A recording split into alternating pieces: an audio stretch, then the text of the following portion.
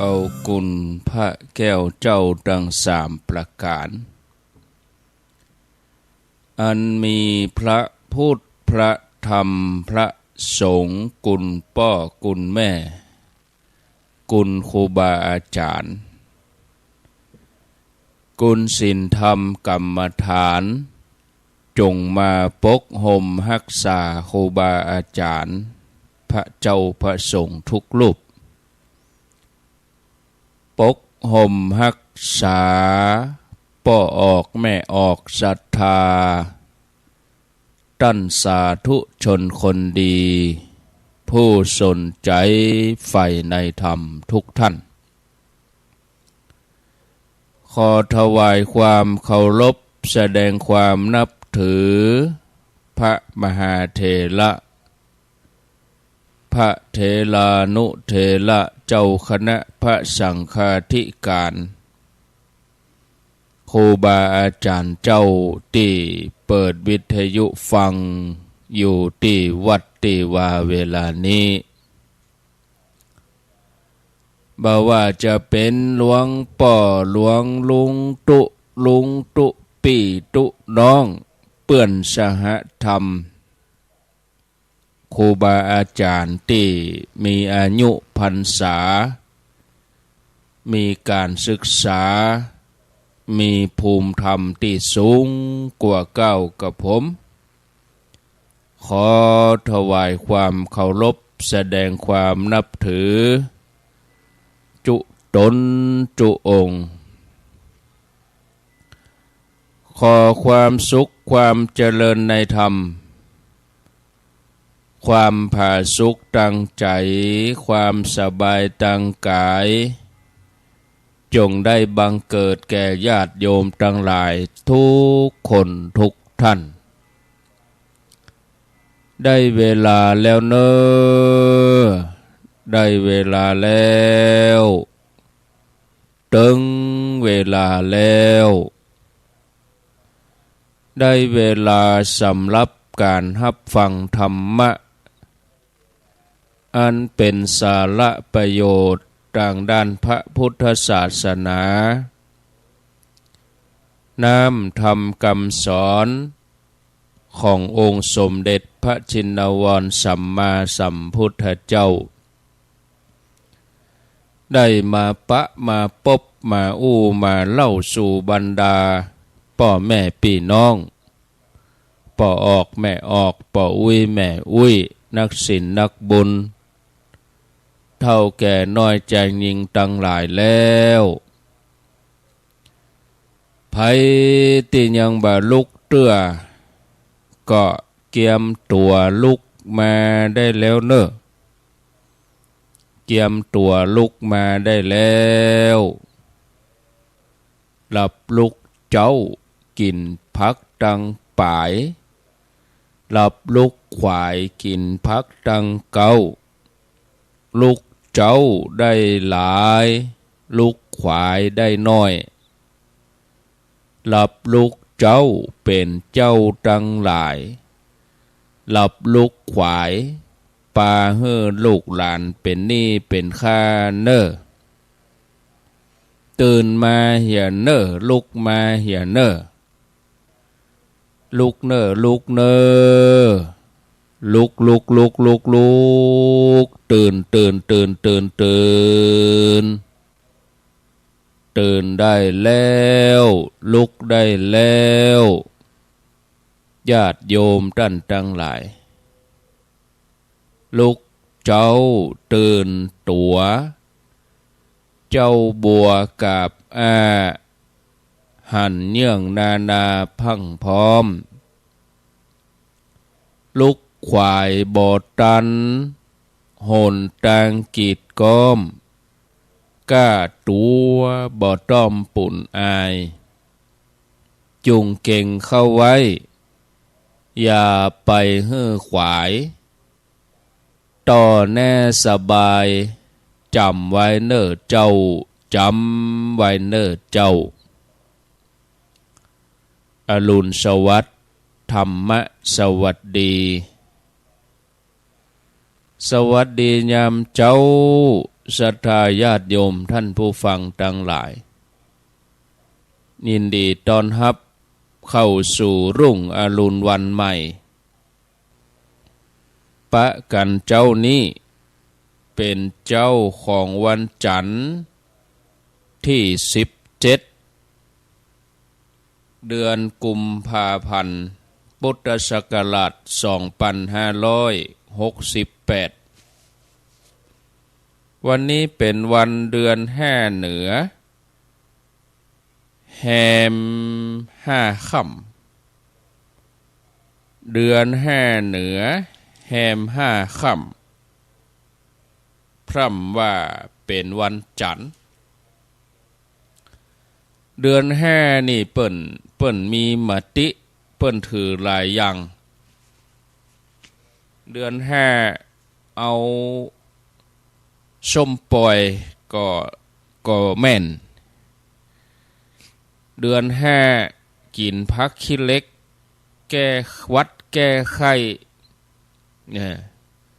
ก็ได้ก็แม่นนะเดือน5นี่ศรัทธาญาติโยมหลายคนหลายท่านก็ทำแล้วปฏิบัติแล้วโดยเฉพาะเดือน5เพ็งที่ผ่านมาตรงกับมาฆปูจาพอดีเปิ้นจะกินผักขี้เหล็กกินเป็นยานะศรัทธาญาติโยมแต่ถ้าบัดตันเดือน5เพ็งก็เอาห่วงช่วงเดือน5ไปจนถึงเดือน5ดับก็ได้นะถึงเดือน5ดับนี่ก็ข้างแถม10วันเนาะ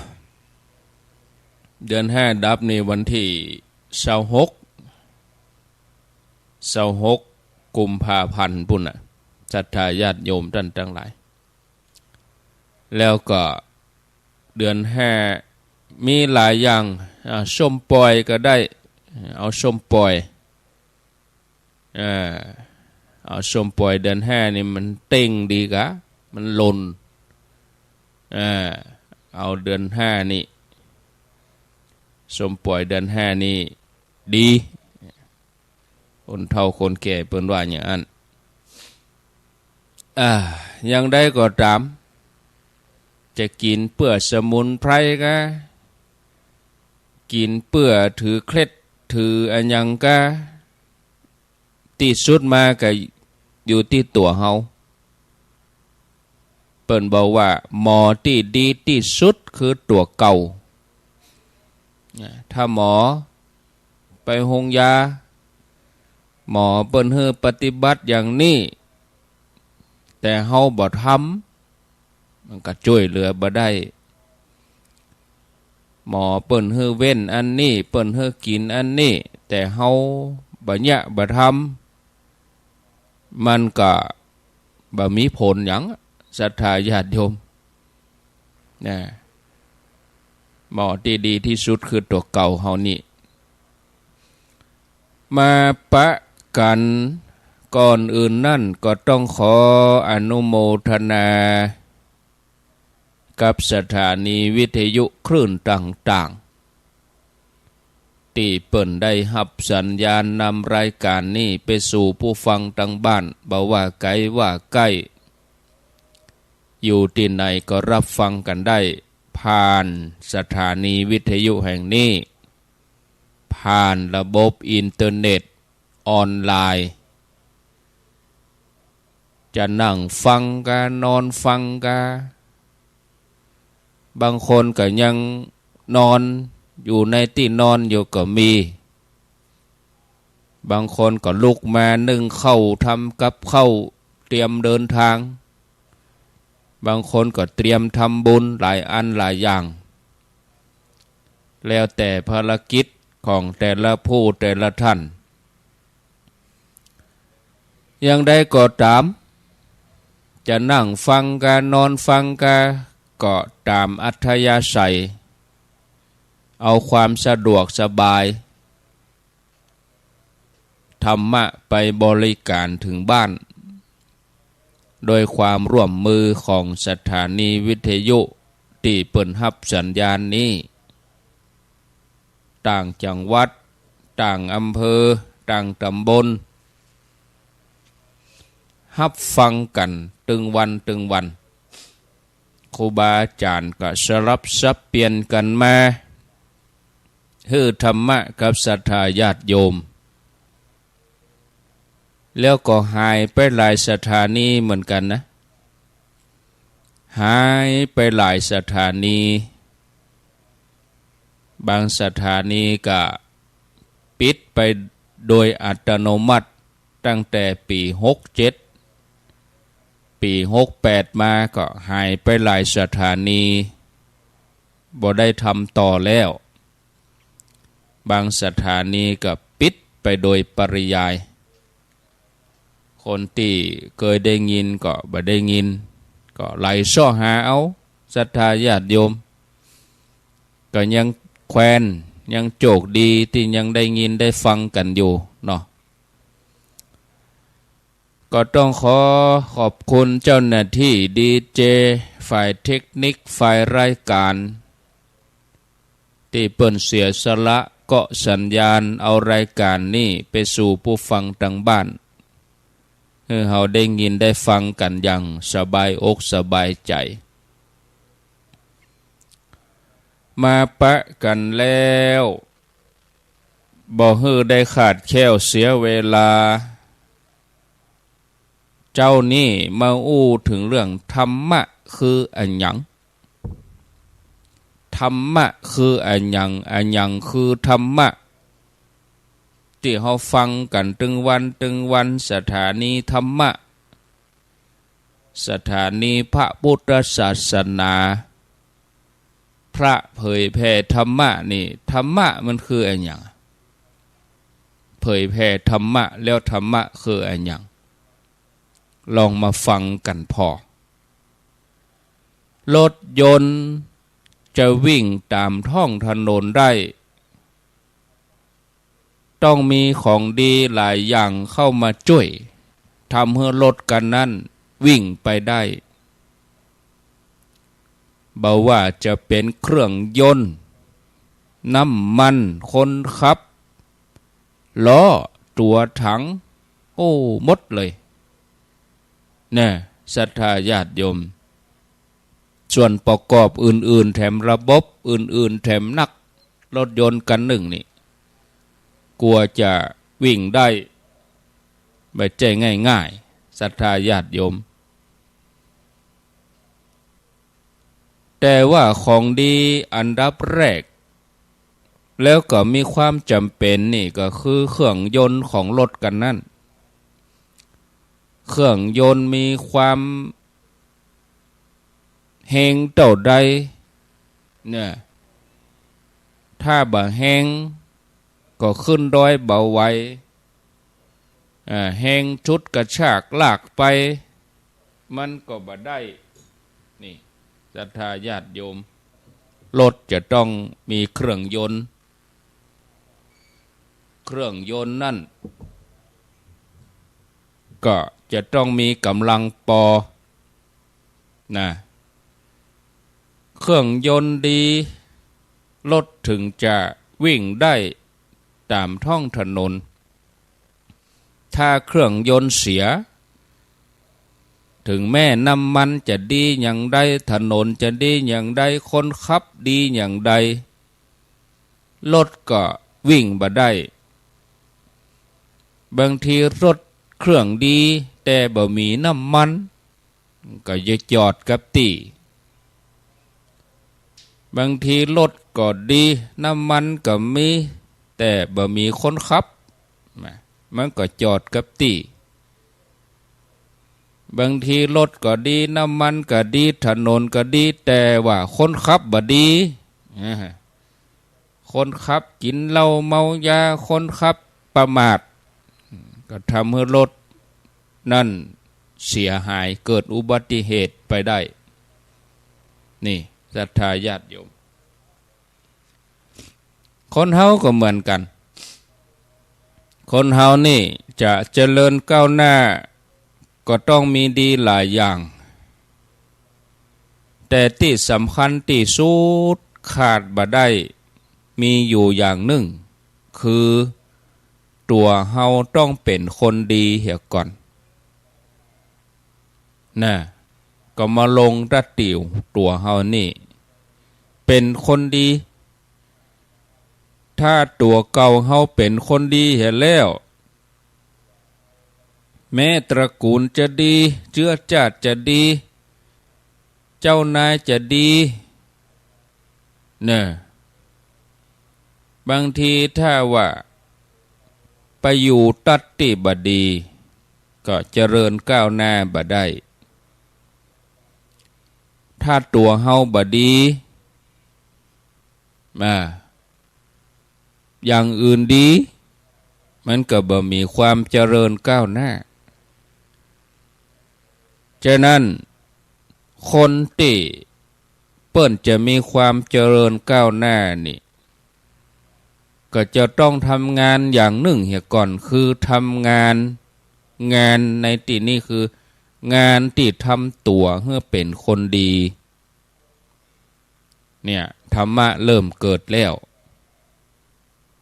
อย่างที่จะทำให้ตัวเฮาเป็นคนดีอาหารการกินก็ถูกอยู่ด้านกายภาพ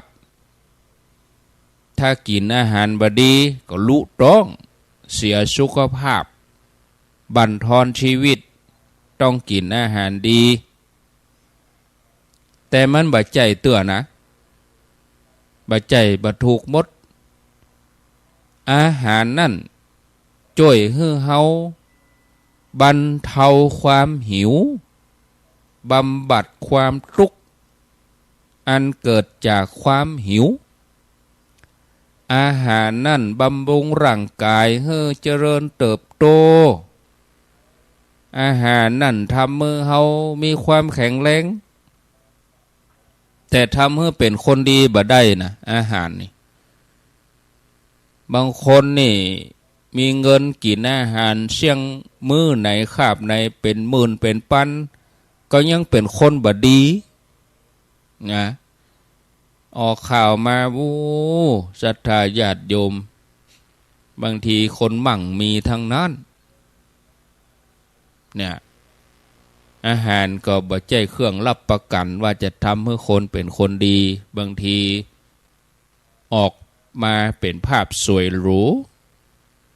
ทำให้ดูดีบ่ได้ทรัพย์สินก็ซ้ำพิษไปเลยพิษไปใหญ่เลยทรัพย์สินช่วยทำให้เป็นคนมั่งมีเป็นคนมีหน้ามีตาแต่ว่าจะเป็นคนดีหมดก็บ่ใจทรัพย์บ่ใจเรื่องเป็นเครื่องประกันว่าเป็นคนดีนะศรัทธาญาติโยมบางทีคนมีเงินคนมีทรัพย์นั่นแหละไปทำบ่ดีนะทำเสียหายทำให้เกิดความวุ่นวายอย่างนี้ก็มีความหู้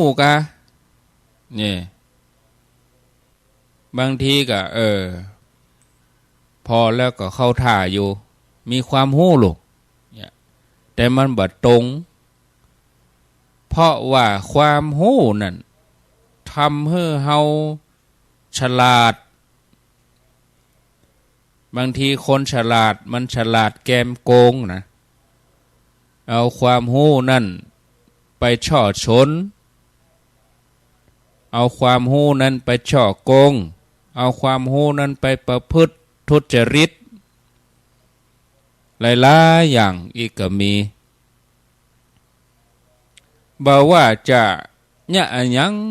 ถ้าทำให้ถูกทำให้ดีก็ชื่อว่าเป็นคนที่มีธรรมะทำให้ถูกแล้วก็ทำให้ดีสิ่งที่ทำให้เฮาเป็นคนดีนั่นคือธรรมะคนมีธรรมะคือคนดีคนมีเงินคนมีความรู้ คนมีหน้าตาก็บ่มีธรรมะก็มีเนี่ยคนดีคนงามคนมีความรู้คนมีฐานะแต่บ่มีธรรมะก็บ่ได้ใจชื่อว่าเป็นคนดีนะญาติโยมนะต้องมีธรรมะเป็นเครื่องรับรองเป็นเครื่องประกันว่าเป็นคนดีธรรมะขั้นพื้นฐานสังเกตง่ายๆเนี่ยความกตัญญูนี่เปิ้นว่าเป็นเครื่องหมายของคนดีเปิ้นว่าอีเนาะความกตัญญูเป็นเครื่องหมายของคนดีอันนี้แน่นอนสังเกตพอนะพ่อแม่มีธรรมะก็พ่อแม่เป็นพ่อแม่ที่ดีลูกมีธรรมะก็เป็นลูกที่ดีผัวมีธรรมะก็เป็นผัวที่ดีเมียมีธรรมะก็เป็นเมียที่ดีกึดพอดีๆเนาะกึดพอก็แล้วกันศรัทธาญาติโยมแม้ในการต่อสู้แข่งขันเป็นเรื่องที่ชิงชัยกันถ้าฝ่ายชนะมีธรรมะคนตั้งหลายเปิ้นก็ยินดีนับถือถ้าฝ่ายที่มีธรรมะการเปิ้นก็หันใจบ่ว่าภัยจะเป็นอย่างใดเป็นครูเป็นนักเรียนเป็นตำรวจเป็นทหารเป็นลูกจ้างนายจ้างเป็นโจทย์เป็นทนายเป็นจำเลยเป็นผู้พิพากษาจนกระทั่งเป็นผู้คุมเป็นนักโทษแล้วเป็นตัวเป็นคนที่ปฏิบัติเนี่ยเป็นอย่างที่ตัวเฮาเป็นอยู่เวลานี้เนี่ยแล้วบอกว่าภัยจะอยู่ที่ไหนตั้งแต่ตามตรงตามนาตามป่าตามสวนไปจนถึงปุ้นทำเนียบรัฐบาลไปถึงรัฐสภาถ้าผู้นั้นเป็นคนมีธรรมะเขาคนนั้นก็ได้ชื่อว่าเป็นคนดีสิ่งที่คนนิยมกันว่าดีนั่นก็มีหลายอย่างแตกต่างกันไปแล้วแต่ว่าใครจะชอบอันยังคนไทยเฮานี่ชอบอย่างหนึ่งคนฝรั่งชอบไปแถมอย่างหนึ่งจีนแขกญี่ปุ่นต่างชาติก็มีอันยังที่ชอบแตกต่างกันที่ว่าความชอบแตกต่างกันนั่นเปิดห้องว่ารสนิยมต่างกันรสนิยมบัดตรงกันแต่ธรรมะนี่มันเป็นสากลนะมันบ่เกี่ยวกับรสนิยมมันบ่เกี่ยวกับเค็มกับหวานมันบ่เกี่ยวกับแฟชั่นมันบ่เกี่ยวกับสมัยมันบ่เกี่ยวกับแม่ยิงปล่อยใจบ่เกี่ยวกับอย่างทั้งนั้นธรรมะนี่มันเป็นของดีสากลที่คนทุกชาติทุกศาสนาทุกภาษาถือตรงกันนะแต่ในฐานะที่เฮาเป็นพุทธศาสนิกชนเฮาได้ยินคำนี้จนเกยหูได้รับการอบรมสั่งสอนบอกกล่าวจากพ่อแม่บรรพบุรุษให้เป็นคนมีธรรมะพ่อแม่ครูบาอาจารย์เปิ้นก็บอกสอนแนะนำซ้ำอยู่พระสงฆ์ตนใดครูบาอาจารย์รูปไหนมาออกอากาศมาบรรยายก็กล่าวก็ธรรมะจนรู้สึกเบื่อบางที นักเรียนก็ดีนะครูสอนแต่เนอสอนให้เป็นคนดีเนี่ยพระสงฆ์เปิ้นก็แนะนำแต่เนอแนะนำธรรมะแต่เฮาฟังนี่เฮาฟังธรรมะตึงวันเนี่ยธรรมะคืออะไรหยังธรรมะคือถูกกับดีถูกกับดีเนี่ยคือธรรมะธรรมะ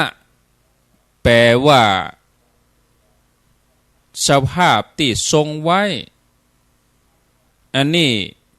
แปลเฮือยากนะแปลอย่างภูมิแปลอย่างนักแปลนักการภาษาถ้าแปลกรรมว่าธรรมะนี่นะเปิ้นว่าสภาพผู้ทรงไว้แต่มันฟังยากมันบ่ได้แบบฉบับรากหญ้าบ่ได้แบบฉบับศรัทธาเฮาทั้งหลายนี่แปลให้ฟังอย่างง่ายให้เข้าใจง่ายแล้วก็ให้เอาไปปฏิบัติธรรมะก็แปลว่าความถูกแล้วก็ความดีนั่นเนาะอันอย่างที่มันถูกอันอย่างที่มันดีอันนั้นน่ะเป็นธรรมะเนาะศรัทธาญาติโยมบอกว่าเขาจะทำอะไรยังถ้าทำถูกตัวทำดีตัวก็ห้องว่าทำถูกธรรมะถ้าทำผิดทำเสียก็ผิดธรรมะเนี่ยจำเอาไว้เนี่ยง่ายดีศรัทธาญาติโยมที่เปิ้นแปลกันว่าสภาพผู้ทรงไว้ก็หมายความว่าความถูกความดีที่ทำนั่นน่ะทรงไว้รักษาไว้คำว่าทรงบ่ใจทรงเช่านะบ่ใจทรงผมนะคำว่าทรงในที่นี้ก็คือมันตั้งไว้หั่นบ่คือมันก้นบ่คือมันล่มบ่คือมันเซบ่คือมันเหวไปเหวมาบ่คือมันเสียหลักคือทรงไว้ตั้งไว้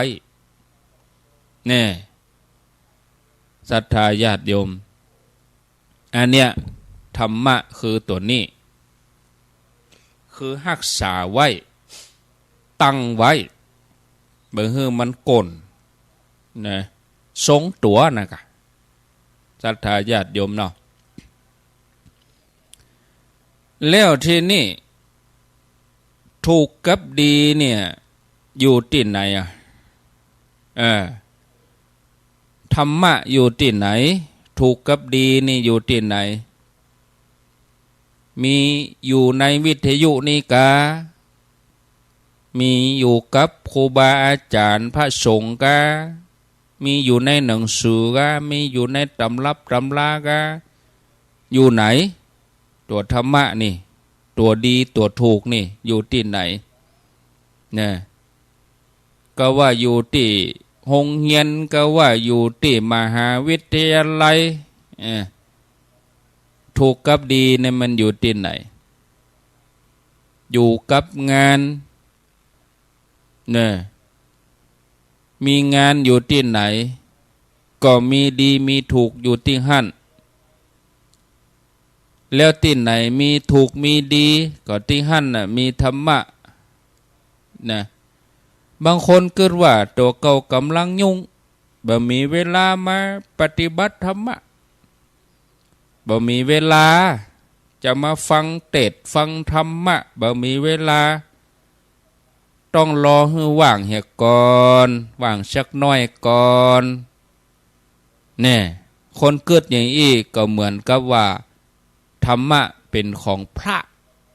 ธรรมะเป็นของตุเจ้าธรรมะเป็นของวัดของวาเป็นของคนเท่าเป็นของคนว่างงานอันนี้เข้าใจผิดนะตื่นมาเขาก็หู้เข้าใจธรรมะแล้วตื่นมาเจ้านี้เขาก็หู้ธรรมะแล้วหู้อย่างใดหู้ธรรมะ โอ้ตื่นเจ้านี่เฮายังมีลมหายใจอยู่อันเนี้ยเป็นธรรมะแล้วตื่นมาเจ้านี่เฮายังได้หันตะวันอยู่ยังมีลมหายใจอยู่ผ่านตะวาไปได้หันอดีตปัจจุบันเนี่ยตะวานี่เป็นอดีตเนี่ยเป็นธรรมะนะศรัทธาญาติโยมอันเนี้ยธรรมะมันเกิดขึ้นนี่ศรัทธาญาติโยมท่านสาธุชนท่านผู้ฟังทั้งหลายดังนั้นบอกไปว่าธรรมะคือความถูกกับความดีทีนี้เขาก็ลองสอบถามตัวเก่าเพราะว่างานที่เขาว่ายุ่งนั่น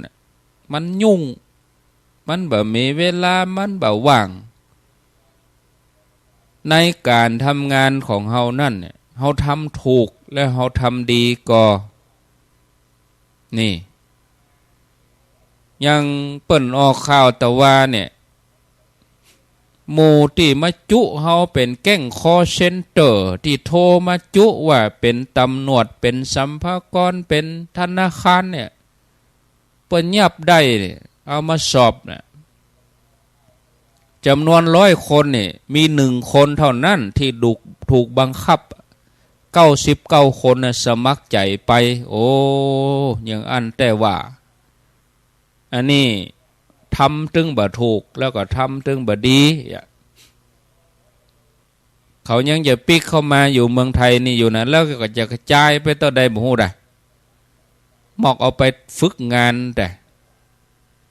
โอ้หมู่นี่ต้องคุมเข้มกันเนอะถ้าได้เอาเข้ามาเมืองไทยแล้วนะหมอกเอาไปฝึกวิชาชีพนี่แต่เป็นว่าสมัครใจไปวะโอ้น่ากลัวเหมือนกันเนาะยับได้เต็มที่เดียวว่าโอ้สามไปทำมาก็ทำความผิดมันหันชัดแล้วก็ต้องทำโทษกันต้องมีบทลงโทษหมู่ที่สมัครใจไปเป็นแก๊งคอเซ็นเตอร์เนี่ยมันผลกระทบมีกี่รายละหมู่บางคนก็ตายย้อนนี่นะกึดนักเสียเงินเสียทองโดนจุโดนหลอกคือโอนเงินเนี่ยนะอ้าวก็ว่ากันไปมาว่าต่องานที่ทำงานที่เขาทำเขาว่ายุ่งนั่นน่ะมันถูกมันดีก็ถ้าต้องการทำให้ถูกทำให้ดีก็หมายความว่างานนั่นต้องการธรรมะงานนั่นมีธรรมะอยู่แล้วโอ้ง่ายๆก็คืออยู่ที่ไหนก็ปฏิบัติธรรมได้อยู่สถานะในเพศใดก็มีธรรมะได้แต่ละมื้อแต่ละวันที่เขาดำเนินชีวิตแต่ละวันเขานี่ตื่นเจ้าขึ้นมาเป็นป่อครัวแม่ครัวป่อก้าแม่ขายหุงหาอาหารทำกับข้าวนึ่งข้าวอยู่ใส่ผักอยู่แกงผักอยู่ล้างจานอยู่ก็เป็นการปฏิบัติธรรมอยู่ในตัวหั่นแล้วล้างถ้วยก็เป็นธรรมะมันเป็นธรรมะอย่างใดถ้วยมันสกปรกเป็นเศษอาหารเฮาล้างไปมันสะอาดก็โอปนะยิโกย้อนเข้ามาใส่ตนเฮาถ้วยจานที่มันสกปรกก็เหมือนกิเลสที่มันก็อยู่ในใจเฮาล้างไปมันมดมันใหม่มันใสสะอาดก็อาศัยใจธรรมะทานศีลภาวนาชำระล้างช่วยให้ใจเฮาสะอาดก็เหมือนถ้วยเหมือนจ้อนเนี่ยเป็นธรรมะได้เหมือนกันนะคนทั่วไปอู้กันดีฟังกันดีฟังรายการธรรมะฟังวิทยุติดตามรายการครูบาอาจารย์ตนนั่นตนนี่สถานีนั่นสถานีนี่ฟังกันดีๆถามกันดี พ่อค้าแม่ขายซื้อกันดีๆขายกันดีๆครูสอนดีๆนักเรียนก็เรียนดีๆทำเลขดีๆอ่านหนังสือดีๆอันนี้ก็เป็นธรรมะเหมือนกันหมดอะนะศรัทธาญาติโยมท่านสาธุชนทั้งหลายธรรมะเป็นเครื่องมือสำหรับการทำงานโดยตรงยิ่งคนเนี่ยการนักที่เบาว่าเบาว่างเบามีเวลายิ่งต้องมีธรรมะมีความจำเป็นที่จะต้องใจธรรมะ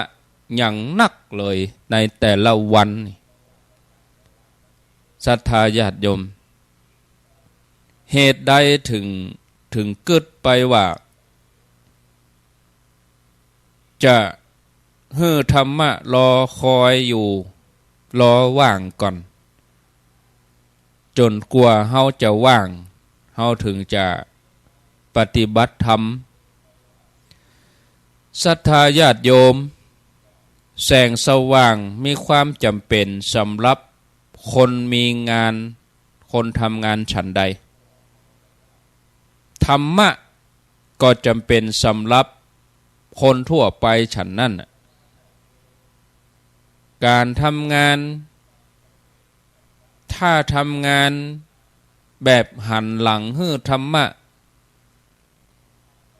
ต้องเสียเวลาทำมาหากินคนละ20-30 ปีญาติโยมท่านทั้งหลายการเกิดว่าถ้าจะปฏิบัติธรรมก็กลัวว่าตัวเก่าจะเสียเวลาไปทำงานเมานั่งรับตาเมาเดินอยู่หั่นไปเกิดประโยชน์อะไรอย่างเมื่อเข้าใจความหมายของธรรมะมันถึงจะหมดความเชื่ออย่างอี้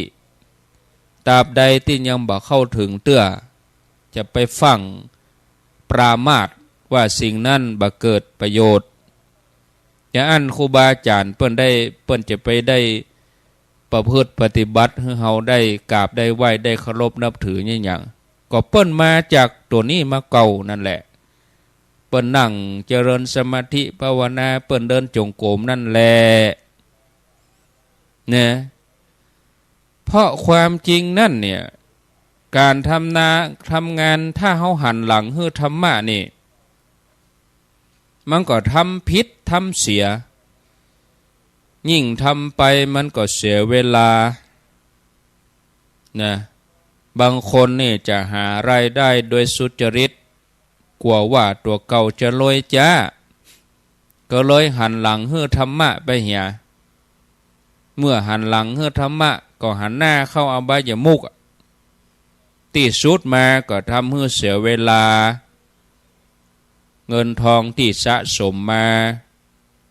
ไปประกอบทุจริตเปิ้นก็ยึดหมดเลยไปนั่งคอตกอยู่ในตารางปุ่นเห็นแล้ว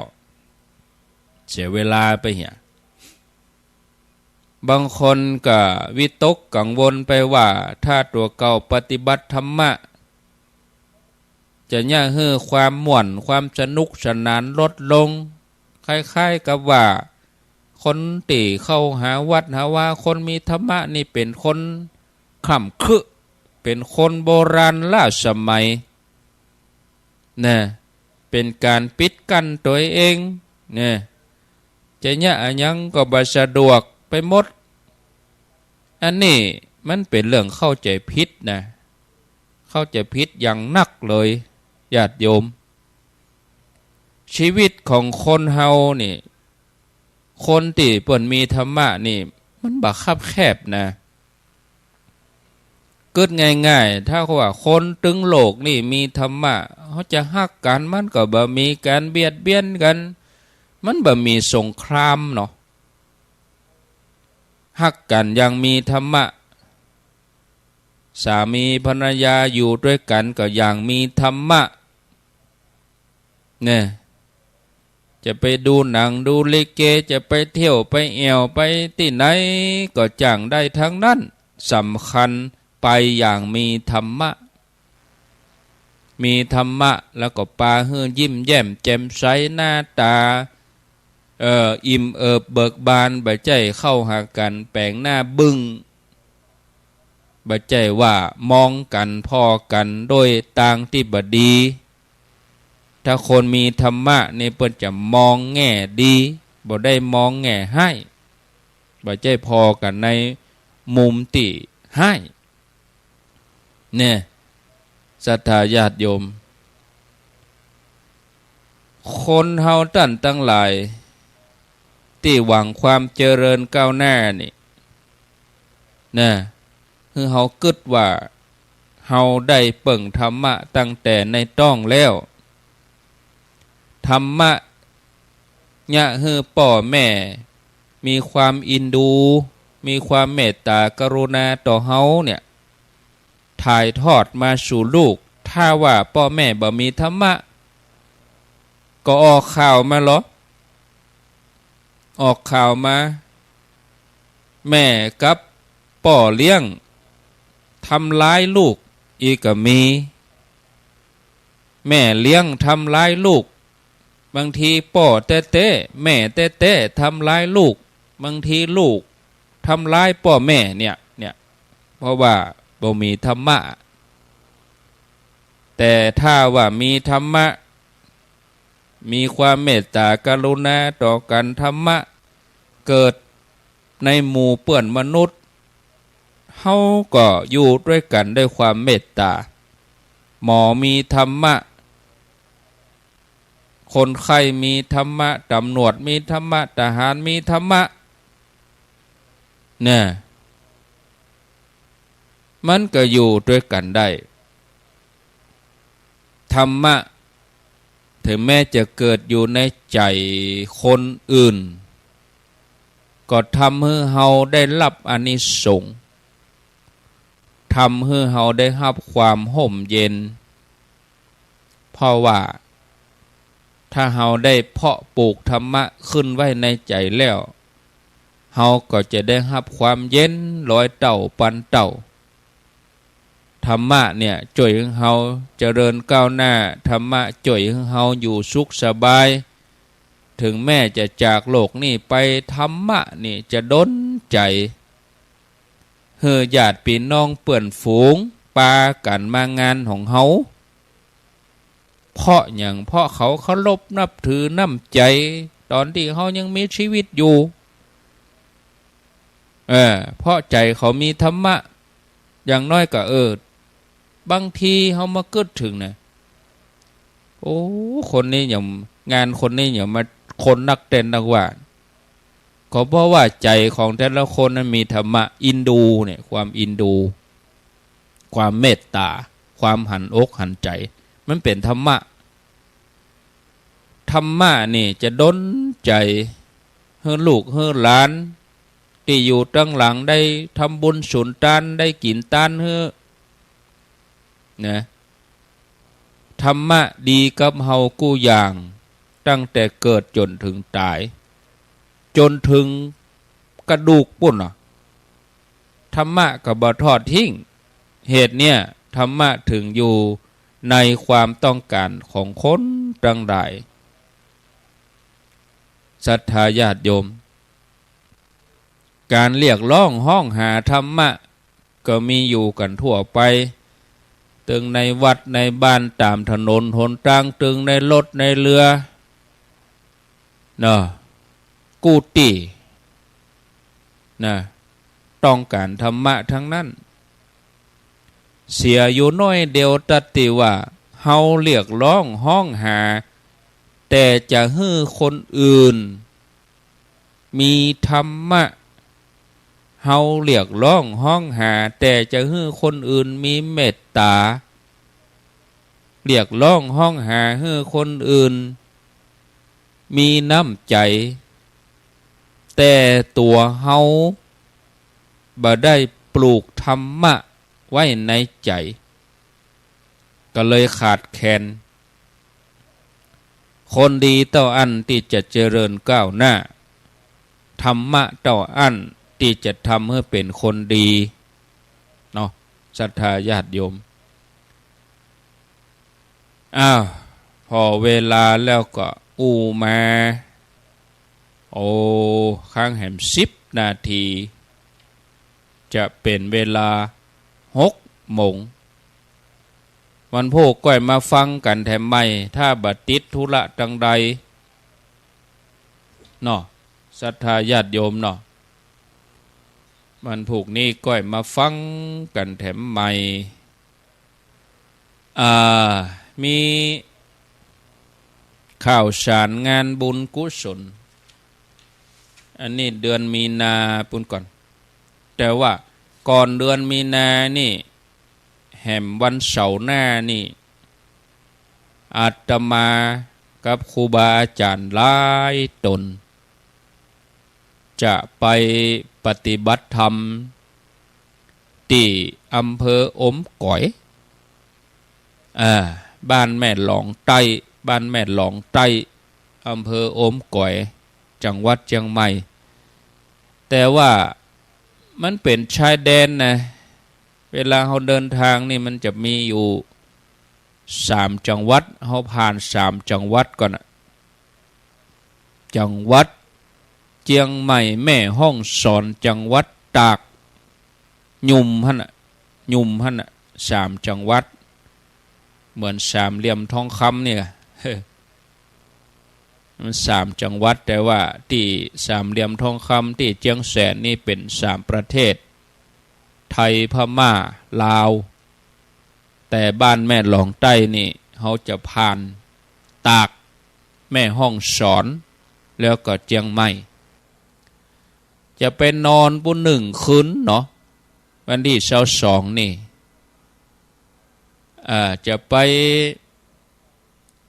จัดกิจกรรมเกี่ยวกับละอ่อนเด็กเยาวชนละอ่อนแจกขวดแจกของเสื้อผ้ายารักษาโรคไปทำห้องน้ำไปทำศาลาไปทำสถานที่ประกอบศาสนกิจให้พระได้อยู่จำพรรษาให้ศรัทธาได้มีที่ยึดเหนี่ยวจิตใจก็ครูบาอาจารย์หลายตนเปิ้นก็ล่วงหน้าไปก่อนทำกันห้องน้ำอย่างเปิ้นก็ทำไปต่อน้ำต่ออย่างมาต่อน้ำประปาภูเขานี่ใจต่ออยู่300 กว่าต้นก็300 กว่าต่อนี่เปิ้นห้องว่าเป็นต้นเนาะถ้าเป็นเสาไฟนี่เป็นต้นต่อประปาต้นใน4 เมตรเนี่ยโอ้โหต่อมาเป็นกิโลเหมือนกัน300 กว่าต้น300 กว่าต้นใน4 เมตรปันกว่าเม็ดก็กิโลปลายกะต่อน้ำมาเป็นประปาภูเขาต่อจากน้ำตกมาเอามาใจกับห้องน้ำใจกับอย่างเจ้าบ้านก็ได้ใจห่วมตัวกะนะก็ภัยมิตรกุศลเจตนาจากร่วมก็ขอเจริญพรจะไปตัวก็ซ้ำดีได้ไปหันไปถึงตีแต่มันไปแบบลำบากนะไม่ใช่ไปแบบสบายนะอันนี้ข้อสำคัญคือตัวนี้พอจะขึ้นไปเอวไปอย่างไปถ่ายภาพเซลฟี่ไปงดงามนี่จะไปเนี่ยถ้านั่งตั้งหลังนี่เป็นนึงย้อมผมเฮือกำแล้วแดงปะลึงนะถ้าไปแบบสวยหรูนี่มันต้องไปเครื่องแต่งหน้านี่เอาละไว้หันก่อนถ้าแต่งได้อย่างโทรศัพท์ก็มีได้ใจสัญญาณมามีเลยบ่มีสัญญาณโทรศัพท์เลยคือปิดจากโลกภายนอกไปเลยนะจะไปวันที่22 นี่เดินทางประเด็นนี้ถ้าเป็นเวลาเมื่อกี้ก็ไปจัดไก่แล้วก็ตี4นี่นะไปนอนคืนแล้วก็วันที่23ก็จะตอดผ้าป่าทำบุญกันเนาะมีเวลาแถม4 วันเนาะวันนี้วันจันทร์นะงานต่อไปอันนี้เทศฟังเทศมหาจารย์ทรงเครื่องเนอะนี่นะ เวสสันดรแบบฉบับภาคกลาง3ธรรมาสก่อนเนอะนี่นะมีการเทศน์ทรงเครื่องนะพระอาจารย์ราชันอริโยวัดกว่างทองพิษณุโลกทีมงานชุดใหญ่นางมัททีกันหาชาลีชูชกแล้วก็นักแลชื่อดังทศบลหิมพานต์แล้วก็ลูกเปิ้นน้องพักบุ้งตั้งแต่เวลา9 โมงถึง5 โมงแรงวันที่16 มีนาคมเดือนหน้า16 มีนาคมที่วัดชายมูลตำบลแม่กะอำเภอสันป่าตองจังหวัดเชียงใหม่ท่านพระครูสังวรศิลาภิลักษ์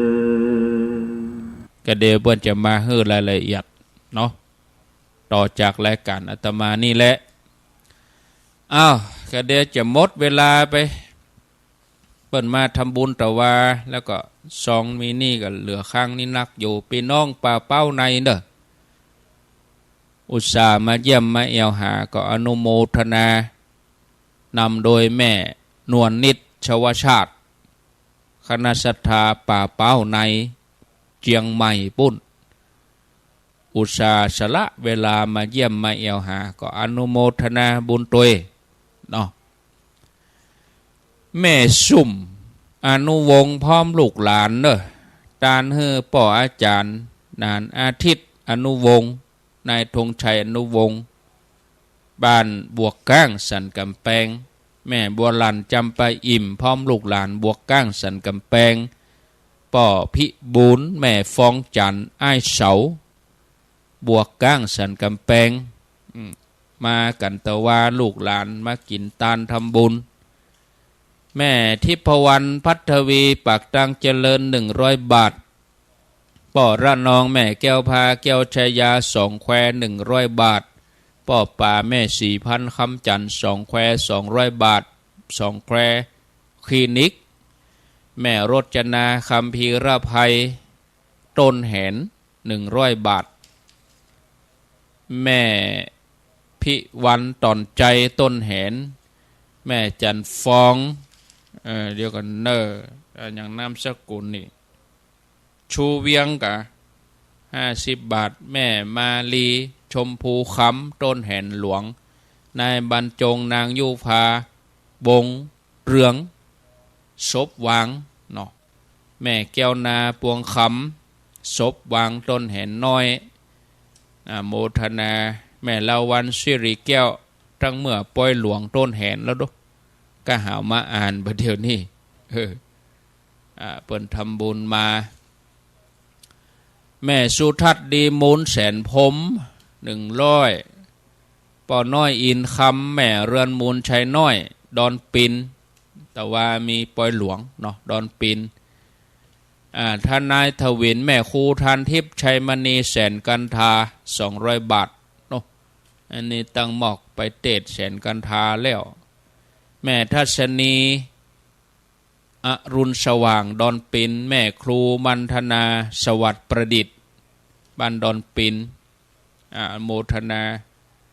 เอาเจ้าอีก่อนเนอะเวลาหมดลงแล้วเนาะต่อไปก็เอาปอนก่อนเอาปอนนี่โมทนากับแห่ม3-4 ท่านที่อุปถัมภ์ประจำเดือนกะแม่จันเดือนใสแม่เดินเพ็ญทิมบางแม่ครูเกษณีชัยเทพแม่จงรักนาวาจักแม่สุทธาทิพย์ขมไพลีโยมอย่างแฮมหลายคนหลายท่านเนี่ยกันนกพิษชัยนาแล้วก็ที่บ่ได้แถมหลายคนที่เปิ่นอุปถัมภ์รายการประจำเดือนแต่ก็ต้นเดือนก็ไปแล้วนะกลางเดือนก็กาวหำกำปลายเดือนก็กาวหำกำอีกเอาปอนเด้อสัพปิติโยวิวัชชันตุสัพพะโลโกวินัสสันตุมาเต ภวัตวันตรายโยสุขีทีขายุโกภวะอภิวาตนาสิลิสะนิจจังอุทาปจายโนจัตตาโลธรรมาวะทันติอายุวันโนสุขังปะลังปะกันทำไมโอกาสหน้าเจริญพร